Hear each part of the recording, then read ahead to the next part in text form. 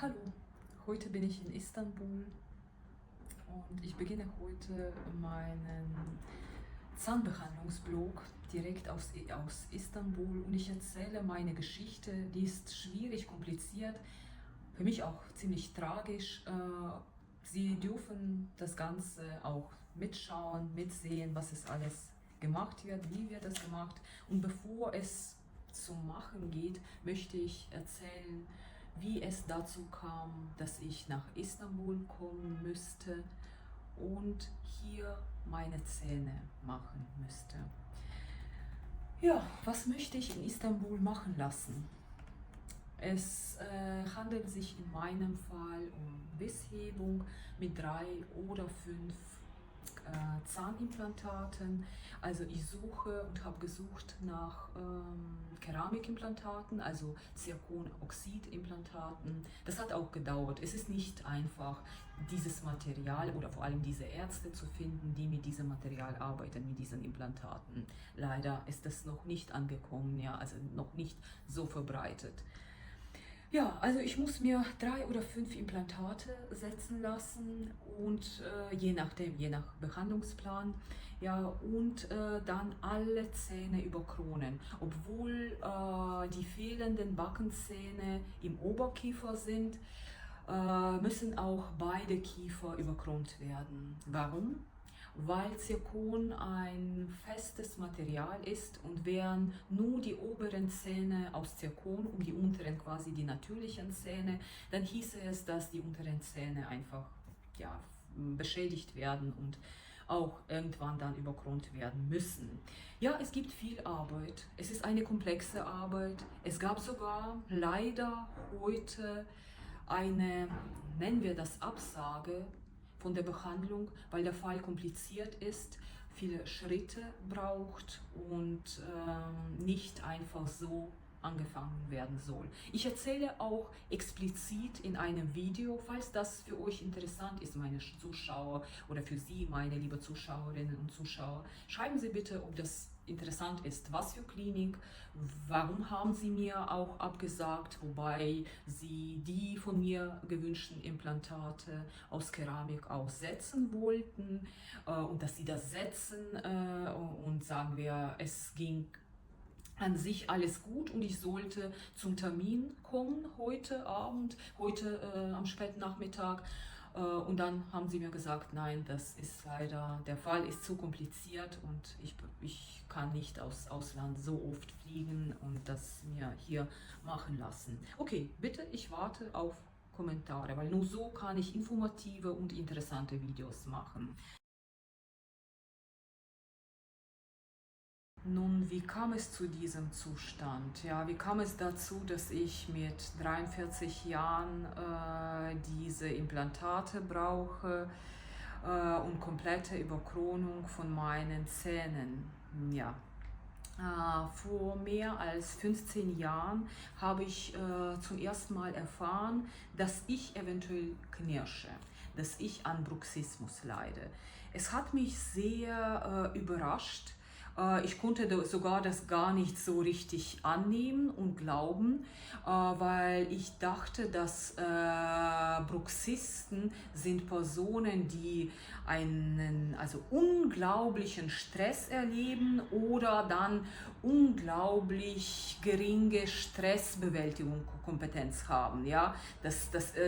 So sehen die Körper von Bruxisten nur eine Möglichkeit, mit Stress zu arbeiten, das zu knirschen. Und das konnte ich mir nicht vorstellen. Erstens, dass ich so viel Stress erlebe und dass ich überhaupt keine Kompetenz habe, diesen Stress auf eine intelligentere, biologische Art und Weise erleben, abarbeiten kann. Es war mir auch sehr ungewöhnlich, dass ich das gar nicht so richtig erlebe, sagen wir, diesen Stress.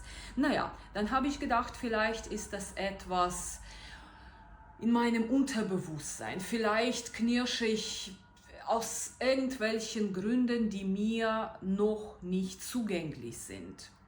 Das habe ich so angenommen und seitens Ärzten war das nur eine Unterstützung, ja, ich bekam diese Okklusionsschiene und hier zur Schiene und hier, meine liebe Zuschauer, sagen Sie bitte, wer Okklusionsschiene trägt, also hilft sie wirklich? Spüren Sie diese positive Wirkung überhaupt? Schreiben Sie das bitte gerne in die Kommentare. Das interessiert mich richtig. Und das wäre auch wichtig für die Gestaltung von interessanten Videos. Also auf jeden Fall meine Schiene, die ich nur in der Nacht getragen habe, war nicht wirklich abbenutzt und abgenutzt. Ja, man konnte nicht wirklich irgendwie Stellen sehen, wo ich in der Nacht dann reinknirsche.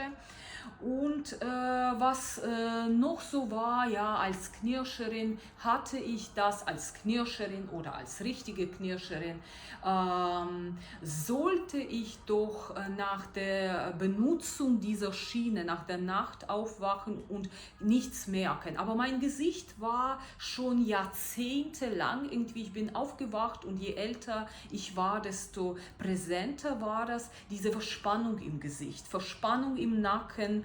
Zahnarzt meinte, dass ich unglaublich verspannte Zahnmuskulatur habe. Ja, das habe ich auch so gedacht. Naja, dann ist es auch so. Aber wie gesagt, die Schiene war hatte ziemlich wenig Spuren von meiner Knirscharbeit. Das war für mich sehr ungewöhnlich. Ja, da habe ich dann diese Schiene getragen und nach ein paar Jahren ist sie mir auch verloren gegangen. Also sagen wir, weil ich konnte ich konnte keine positive Wirkung der Schiene erleben und dann verlor ich leider schon meine Backenzähne, meine ersten 2 Backenzähne und die Schiene war, sagen wir, nicht mehr zu benutzen, ja, weil die Zähne da fehlten.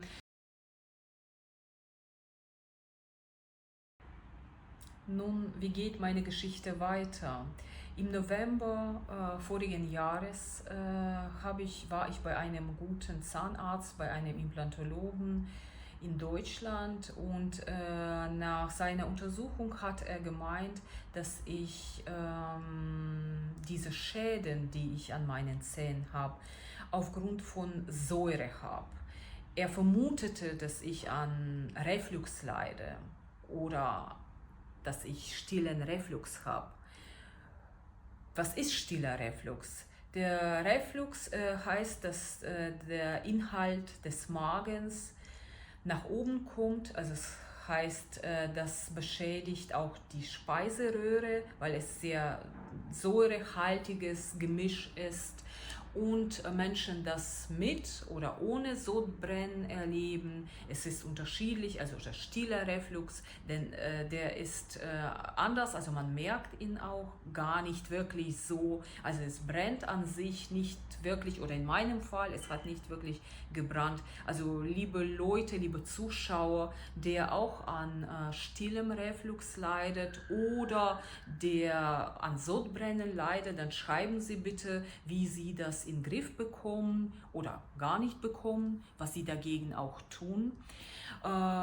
Es soll ein sehr verbreitetes Problem sein, ja.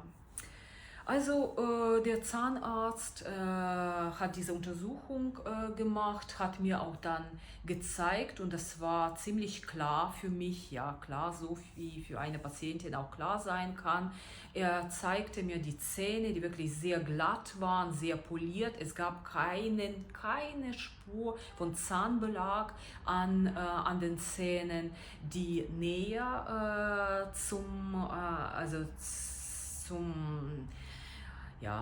Rachen oder wie, also näher die hinten waren, da war alles sauber, nur an vorderen Zähnen, wo vielleicht dieser Inhalt oder diese Gase nicht so richtig rankommen, da war so Belag. Also kurz gesagt, der meinte, ich sollte zum Gastroenterologen gehen, mich überprüfen lassen und schauen, wie ich meinen stillen Reflux in den Griff bekomme.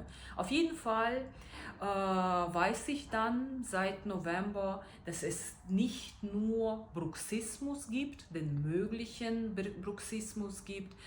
Es gibt auch den stillen Reflux, und das bestimmt in Kombination hat mich dann meine Zähne